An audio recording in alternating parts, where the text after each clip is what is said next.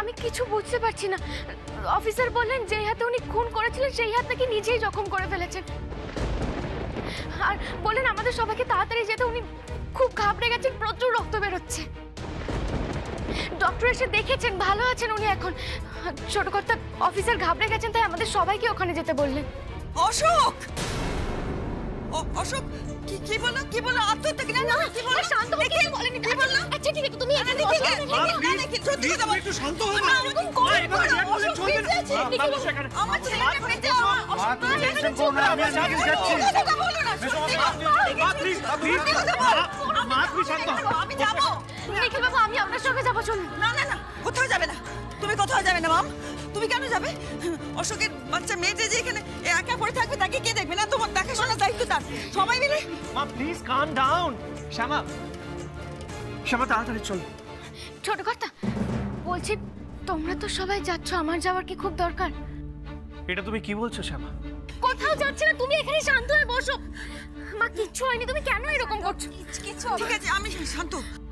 এর আগে যখনই কোনো প্রবলেম হয়েছে তুমি আগে দৌড়ে গেছো, আর আজকে তুমি এভাবে হেজিটেট করছো? না মানে তোমরা তো যাচ্ছিলে, তাই আমি বললাম। নিখিল ছাড় না, এত রাতে থানা পুলিশ কার ভালো লাগে? একজন ভদ্র মহিলার কি থানায় যেতে ভালো লাগে বল? বর্দা ভাই, এর আগেও শ্যামা অনেকবার পুলিশ স্টেশনে গেছে একা আমাদের হেল্প করার জন্য। আর আজকে একটা এমার্জেন্সি, ওইখানে মেজো বৌদি থাকতে পারে, শ্যামার যাওয়াটা ইম্পর্টেন্ট, বোঝার চেষ্টা কর। ছোট কর্তা ঘুম থেকে উঠে তাড়াহুড়ো করে চলে এসেছে বলেই বোধহয় চিঠিটা খেয়ালই করেনি, কিন্তু ওটা তো সরিয়ে নেওয়া দরকার। ছোট কর্তা ঠিক আছে, আমি যাব, কিন্তু আমি এক্ষুনি একটু ওপর থেকে আসছি। শ্যামা প্লিজ, সিচুয়েশনটা বোঝার চেষ্টা করো, ইটস অ্যান এমার্জেন্সি। আর এখন তুমি বলছো, প্লিজ প্লিজ আর দেরি না করে চল। চলো তুমি, চলো বলছি। মেসমশাই চলুন। হ্যাঁ চলো, চলো তাড়াতাড়ি চলো। শোনো আমার কথা প্লিজ।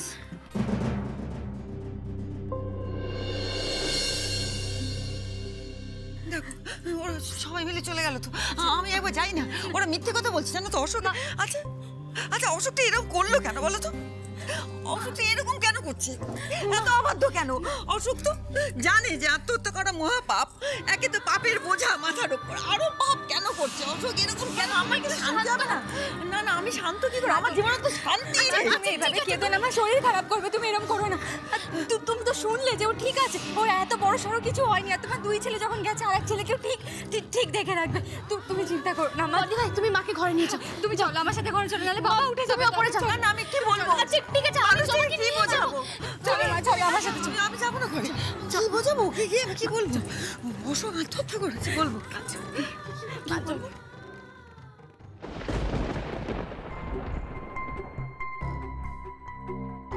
আমি জানি শ্যামা, কেন তুমি এইটুকু সময়ের জন্য ঘরে যেতে চেয়েছিলে। তুমি তোমার আগের ঘরে যেতে চেয়েছিলে।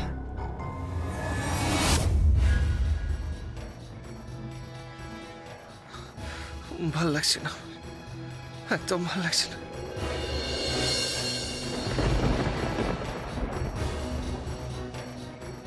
আমি তোমায় খুব ভালোবাসি শ্যামা, আর তুমি আমাকে দূরে ঠেলে দিচ্ছ।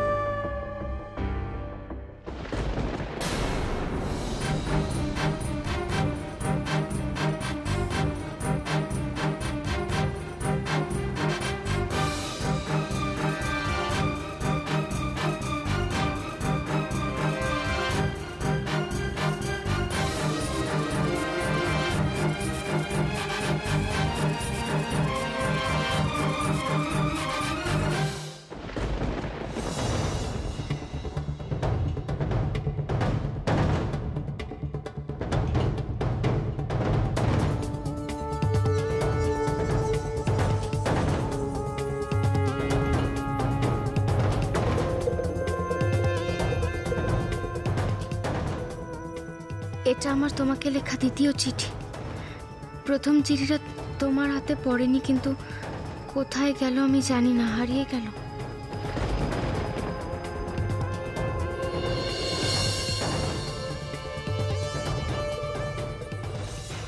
আমি তোমার জন্য ফিরেছিলাম ঠিকই, কিন্তু তখন তুমি আর শুধু আমার ছিলে না।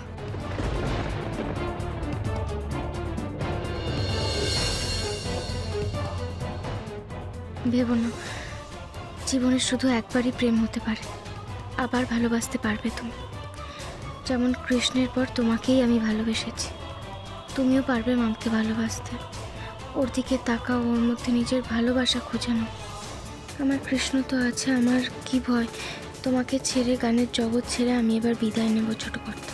শুধু তোমার চিহ্ন শরীরে নিয়ে চললাম, তোমার সন্তান।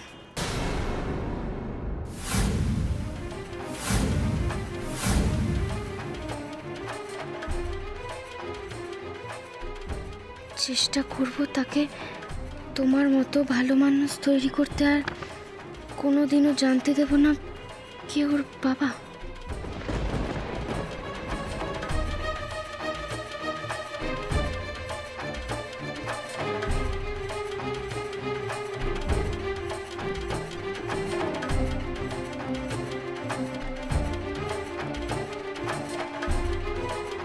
নিখিলবাবুর সাথে যে আমি আষ্টে পৃষ্ঠে জড়িয়ে পড়েছি শ্যামা, এই বন্ধন থেকে আমি কিছুতেই বেরিয়ে আসতে পারছি না।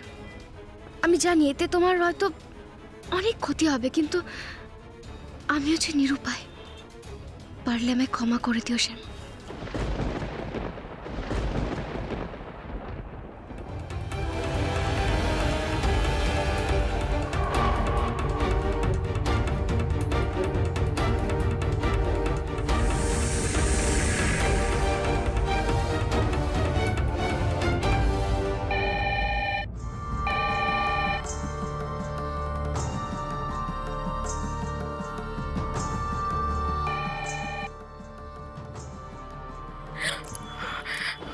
মেথিদা ভাই আত্মহত্যা? কিন্তু অফিসার, লকআপ এটা কি করে সম্ভব? কি বলছেন নাকি? এটা এটা কোনোদিনও সম্ভব অফিসার? ভগবান, কি হচ্ছে ঠাকুর, আমি তো কিছুই বুঝতে পারছি না। অফিসার ব্যাস, আপনাকে আর কিচ্ছু বলতে হবে না, আমরা আসছি, খুব তাড়াতাড়ি আসছি।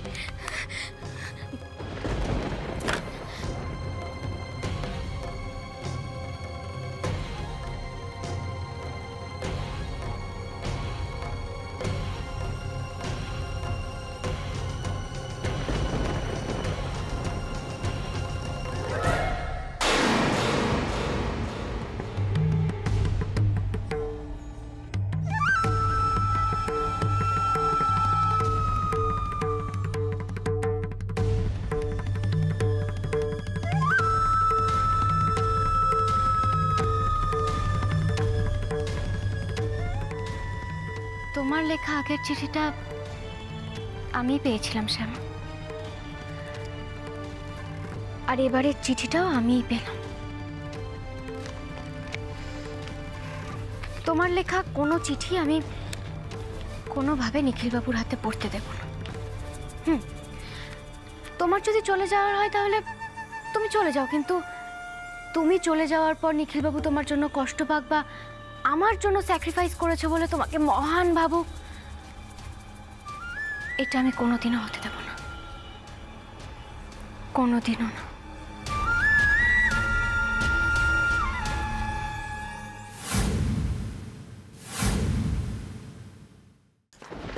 অফিসার, মেজদা ভাই এখন কেমন আছে? ও ভালোই করেছেন এসছে নিখিলবাবু, আর বলবেন না। আপনার দাদা যা কাণ্ড ঘটিয়েছেন, হাতের কাছে কিছু না পেয়ে নিজেই দাঁত দিয়ে নিজে হাতের শিরা কেটে ফেলেছেন। তারপর ডাক্তার ডাকলাম, ট্রিটমেন্ট করানো হলো। বুঝলাম, আমরা কি মেজদা ভাইয়ের সাথে দেখা করতে পারি? হ্যাঁ নিশ্চয়ই, যান না, ওই তো বসে আছেন, গিয়ে একটু বোঝান। এইসব করলে তার শাস্তি মুখও হবে না। এতবার করে জিজ্ঞেস করছি কেন করলেন, কি জন্য করলেন, কোনো উত্তরই তো নেই। দেখুন আপনারা গিয়ে কথা বলাতে পারেন কিনা। যান।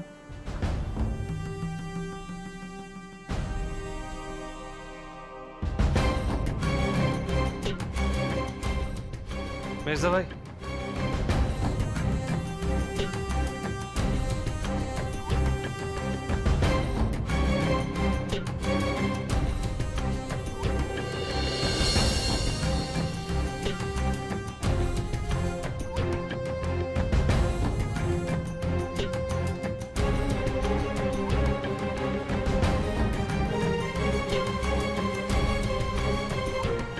কেন করলি তুই এসব? কি প্রমাণ করতে চাইছিলিস?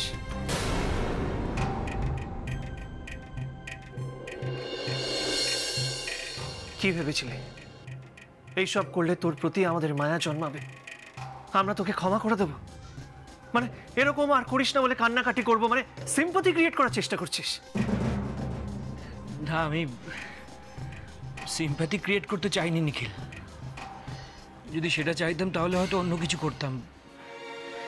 আমি নিজেকে শেষ করে দিতেই চেয়েছিলাম, তাই দাঁত দিয়ে নিজের শিরাটা কাটার চেষ্টা করলাম, কিন্তু পারলাম না।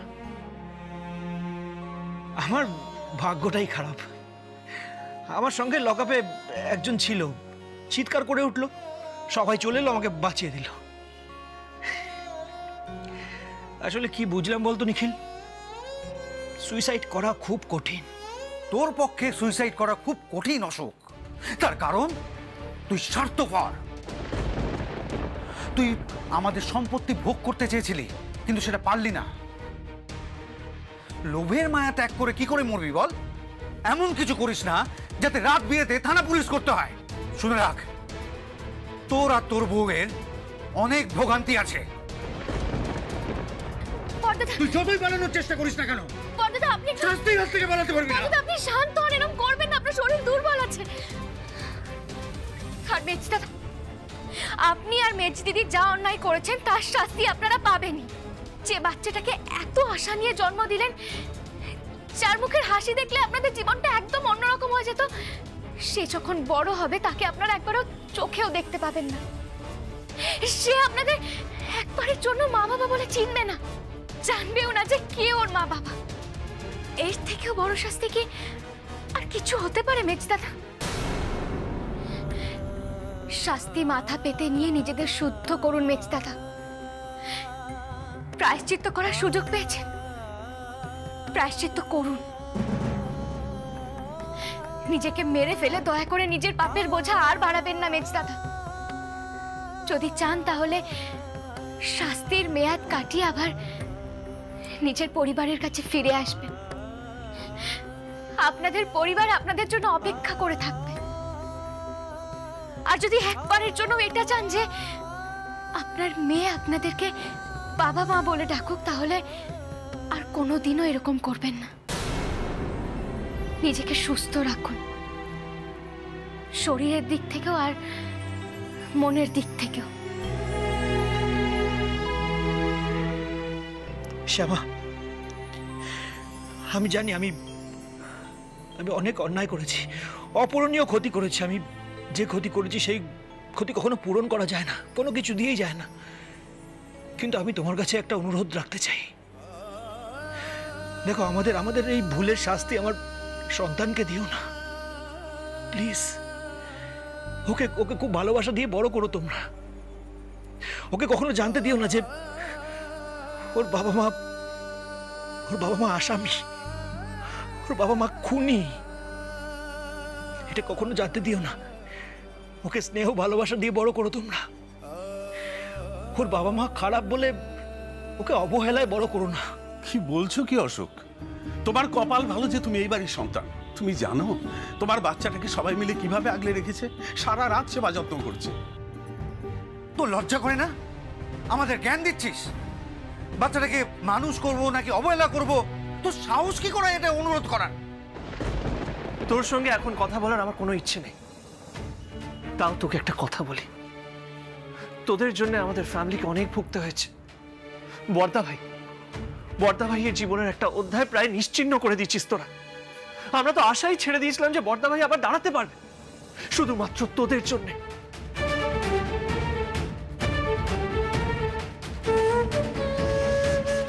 তাই প্লিজ এইসব নাটক করে আমাদের আর বিব্রত করিস না। যদি বিন্দু মাত্র মনুষ্যত্ব বেঁচে থাকে, তাহলে নিজের শাস্তির মেয়াদ শেষ করে যখন বাইরের পৃথিবীতে পা দিবি, তখন কি করে তোর সম্মান ফেরত পাবি সেটা ভাব। এইসব মরে যাওয়ার নাটক কোনো সলিউশন না। আরেকটা কথা, তোদের সন্তানকে আমি মানুষ করব, মানুষের মতো মানুষ করব, ভালো শিক্ষা দেব, তোদের মতো কোনোদিনও হতে দেব না আমি। And don't worry, তার বাবা মার সম্পর্কে কোনো খারাপ কথা বলবো না। যদি কোনোদিন আবার সৎ পথে হাঁটতে পারিস তখন নিজের মেয়ের সাথে দেখা করতে আসিস, কিন্তু তার আগে আমি কিছুতেই তোদেরকে ওর সাথে দেখা করতে দেব না। চলো শ্যামা। অফিসার, আমরা বেরোলাম। হ্যাঁ, অশোক চৌধুরীকে চোখে চোখে রাখবেন। হ্যাঁ, সে তো রাখবোই। তবে উনি যদি আবার এই কাণ্ড ঘটান তাহলে কিন্তু ওনার হাত পা বেঁধে রাখতে হবে, আমাদের কিছু করার নেই। এক্স্যাক্টলি। আর হ্যাঁ অফিসার, কেসের রায় কবে বেরোবে? হ্যাঁ, কাল বাদে পরশু ডেট আছে। আশা করছি সেদিন কোর্ট একটা রায় দেবে। মিনিমাম 14 থেকে 15 বছর তো শাস্তি হবে। তবে দিশা চৌধুরীর শাস্তিটা মনে হয় একটু কম হবে, বাট অশোক চৌধুরীর ওপর যেহেতু ডাইরেক্ট খুনের চার্জ, তাই ওনার বেরোনোর চান্সটা কম। অফিসার অফিসার অফিসার আমি হাত জোর করছি, দিশার সব শাস্তি আমাকে দিয়ে দিন। আমাকে 30 বছর 50 বছর যত দিন পারেন আমাকে সংশোধনাগারে রাখুন। অফিসার, আমার জন্য এদেরও কত অসুবিধায় পড়তে হচ্ছে বলুন। আমার সন্তানটা মা ছাড়া বাঁচতে পারবে না। দয়া করে দিশাকে ছেড়ে দিন অফিসার। সেটা সম্ভব না মেজদাদা। যে আবেগটা এখন কাজ করছে সেটা আগে কাজ করলে কাজে দিত। যখন চৌধুরী পরিবারের কাছে আপনারা সব থেকে গুরুত্বপূর্ণ, সব থেকে ভালো মানুষ ছিলেন, সেই সময়টা আপনারা পেরিয়ে এসেছে, আর কোনোদিনও সেটা ফিরবে না। তাই আপনাকে আর মেজদিদিকে নিজেদের ভাগের শাস্তি নিজেদেরকেই ভোগ করতে হবে।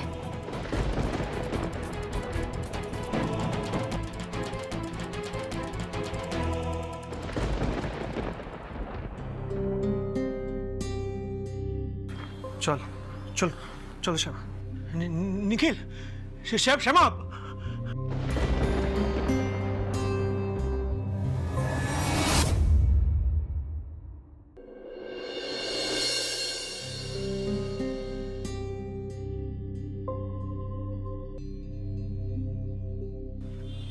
কিরে নিখিল, দাঁড়িয়ে গেলি কেন?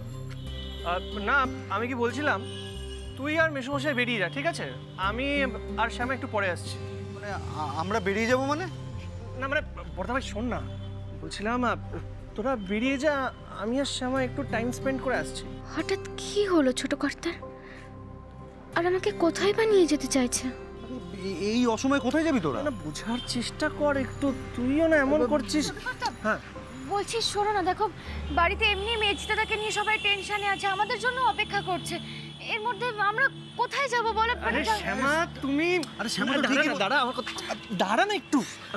কি হয়েছে কেন, বলো? তোমার আমার সাথে বেরোতে একটু অসুবিধা আছে নাকি? আমি তাই বললাম বুঝি? তাহলে তাহলে আবার কি, দেখো আমরা 4 জন মিলে আসলাম, ওনারা 2 জন বাড়ি ফিরে যাবে, আমরা 2 জন অন্য কোথাও, মানে কেমন হবে ব্যাপারটা, আমি সেটাই বলছি। শ্যামা তুমিও না, আরে এতদিন বাদে আমার স্ত্রী ফিরেছে, তার সাথে একটু লং ড্রাইভে যাব, একটু কোয়ালিটি টাইম স্পেন্ড সবাই করব। শুনছে, দেখছে। সবাই শুনছে মানে? আচ্ছা ঠিক আছে, আমি সবাইকে জিজ্ঞেস করে নিচ্ছি। আচ্ছা দাদা মেসোমশাই, আপনি বলুন, এতদিন বাদে শ্যামা ফিরেছে, ওর সাথে একটু লং ড্রাইভে যাব, একটু কোয়ালিটি টাইম স্পেন্ড করব, মানে আমার কি কোনো ফিলিংস নেই? সব বুঝতে পারছি নিখিল। আচ্ছা অরুণ, আমাদেরও তো উচিত ওদের একটু একা ছেড়ে দেওয়া নাকি? হ্যাঁ, মানে এইবার আমার ভাইয়ের প্ল্যানটা আমার কাছে জলের মতো পরিষ্কার। এইবার এত দেরি করে মানে? দাঁড়াও শ্যামা, শোন না, বলছি কি, তোরা একটু ঘোরাফেরা করে একদম সূর্যোদয় দেখে তারপরে বাড়ি ফিরবি, কেমন? মেসোমশাই আমি বলছিলাম কি, একদম কোনো কথা নয়, নিখিল যখন চাইছে তাই হবে। আচ্ছা শোনো অরুণ, হ্যাঁ চলো না আমরা যাই। হ্যাঁ হ্যাঁ হ্যাঁ ঘুরে আসি। হ্যাঁ, ঠিক চলুন। আছে? হ্যাঁ, এসো। Best of luck. যা তো। বড়দাদা